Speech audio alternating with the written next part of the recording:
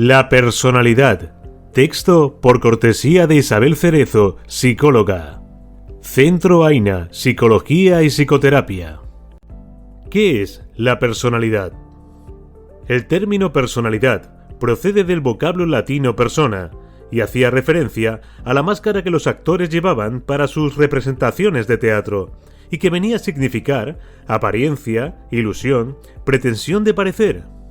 En definitiva, indicaban características externas que se sumaban a las que ya poseía el actor con sus gestos, actuación, lenguaje corporal, etc. Con el tiempo, la definición de la palabra fue derivando hacia la exposición de sus características menos aparentes y más reales, es decir, la personalidad se describía con todas sus características reales, concretas y visiblemente observadas. Posteriormente, para definir la personalidad, se utilizó la descripción de las características psicológicas más intensas, ocultas y mucho menos visibles. Actualmente se define de muchas formas, pero todas tienen en común el reconocer que la personalidad es un conjunto de características psicológicas, un patrón muy complejo y profundamente arraigado, que se traduce, se expresa en todas las áreas del funcionamiento de un ser humano. Este patrón surge de una complicada interacción dinámica, en constante movimiento, de elementos biológicos, de aprendizaje e interacción social, y este patrón es lo que caracteriza a una persona en su forma de sentir, percibir, pensar y comportarse. Cada personalidad es singular, propia y distinta a la de los demás. La personalidad puede ser observada desde el exterior, como un conjunto de formas de respuesta ante determinadas situaciones, respuestas específicas ante estímulos concretos, es decir, los comportamientos actuales de la persona definen una parte importante de su personalidad. Pero la personalidad puede contemplarse también desde los fenómenos que han ocurrido, los sucesos acontecidos en la vida de una persona, la forma actual de cómo los vive y cómo se traducen en la apariencia exterior y consciente. La personalidad, igualmente, puede ser observada como una interacción de secuencias de actividad biológica y neurofisiológica. La personalidad suele ser confundida con dos términos relacionados con ella, el temperamento y el carácter.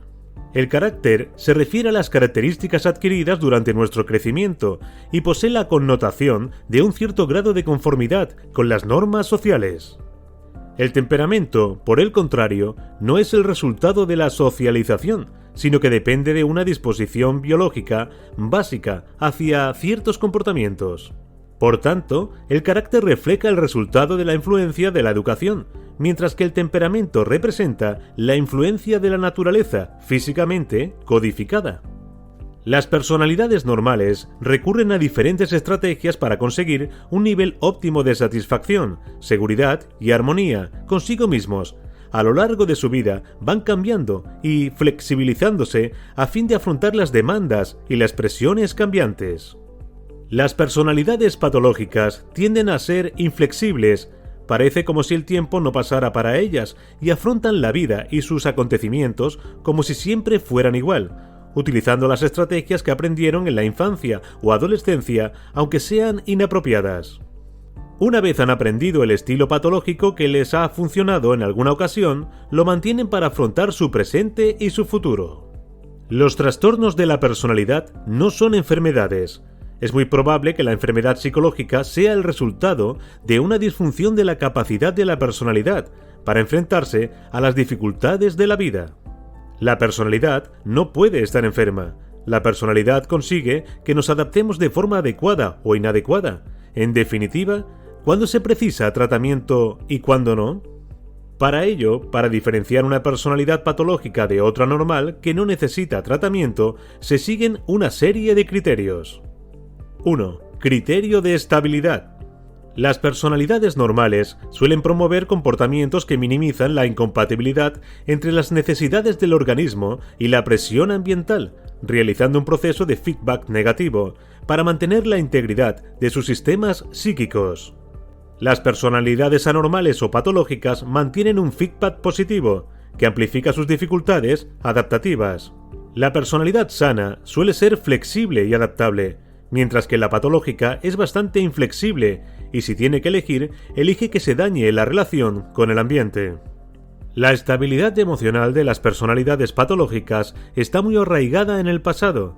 Tienen muchas dificultades para adoptar nuevas estrategias adaptativas. Desarrollan formas patológicas de afrontamiento, peor manejo de las emociones, percibiendo subjetivamente y de forma distorsionada la realidad. 2. Criterio de adaptación. Las personalidades que funcionan con normalidad son flexibles, sabiendo cuándo hay que tomar una iniciativa, saben cuándo tienen que modificar el ambiente y cuándo deben adaptarse y aceptar aquello que el entorno puede ofrecer. De igual forma, las personalidades normales son flexibles en sus interacciones, al igual que en sus iniciativas, teniendo reacciones proporcionales y apropiadas a los requerimientos de la situación. Las personalidades anormales o patológicas ante la interacción con las presiones externas no actúan de forma apropiada o proporcional a los requerimientos del ambiente. La variable persona dificulta la adaptación, reaccionando de forma rígida, es decir, estas personas se enfrentan a situaciones para las que están poco preparadas. Una forma característica de funcionar de las personalidades anormales es la tendencia a cambiar el ambiente de forma continua, manteniendo su forma de proceder sin cambios, por lo que no aprende nuevas formas de interactuar. 3. Criterio de círculo vicioso. Como consecuencia de la inflexibilidad de las personalidades patológicas o anormales, se crean procesos de feedback que se perpetúan e intensifican en cada acción-reacción. Esto alimenta el problema, no resolviéndose sino entrando cada vez más en dilemas que provocan situaciones cada vez más difíciles y ponen en marcha secuencias autodestructivas que provocan que las dificultades ya existentes no solo se mantengan, sino que se agraven. La implicación de los trastornos de personalidad en el pronóstico del trastorno mental es esencial. Los trastornos de personalidad coexisten con otras patologías psiquiátricas, complicando el curso de estas enfermedades, agravando sus síntomas, añadiendo dificultades al tratamiento y posibilitando su cronicidad. Este patrón, persistente en el tiempo, inflexible a pesar de los cambios, provoca toda una serie de síntomas clínicos que evidencian un malestar, una alteración o conflicto que se pone de manifiesto en cualquier actividad de la persona, en cualquier ámbito, tanto a nivel personal como social o laboral. Por ello veremos que muchos trastornos de la personalidad tienen importantes repercusiones en las diferentes esferas y ámbitos de actuación de una persona, siendo en ocasiones evidente ante los demás, otras solo ante sí mismo, y en algunos casos solo experimentado en determinadas situaciones. Por ejemplo, puede suceder que uno no se percate de su trastorno hasta que un acontecimiento externo, una experiencia emocional o una situación determinada le hace consciente de que lleva arrastrando desde hace años una severa dependencia hacia los demás, con una necesidad de tener el visto bueno de todos o de alguien en particular.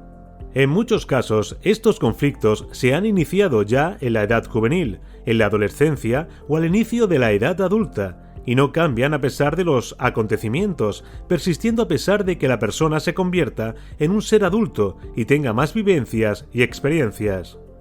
Diferentes dimensiones disfuncionales de la personalidad pueden generar diferentes grupos patológicos. De esta forma, se pueden englobar las personalidades que tienen dificultades o problemas para relacionarse con los demás, sujetos extraños. Las que tienen dificultades en su estructura, sujetos inmaduros. Aquellas que impiden a la persona que las sufre poder experimentar placer u otras emociones, sujetos temerosos. Sea cual sea la dimensión observada, el resultado siempre es tan complejo como extenso, posiblemente infinito. Sin embargo, podemos acercarnos y ser observadores de ciertos rasgos patológicos que, englobados en la realidad de una persona, observando las consecuencias que le acarrean y las repercusiones que tienen en su entorno social, nos pueden llevar a un grupo determinado con características comunes. Esperamos que esta información haya sido de tu interés. Puedes encontrar más información en www.ainapsicología.com.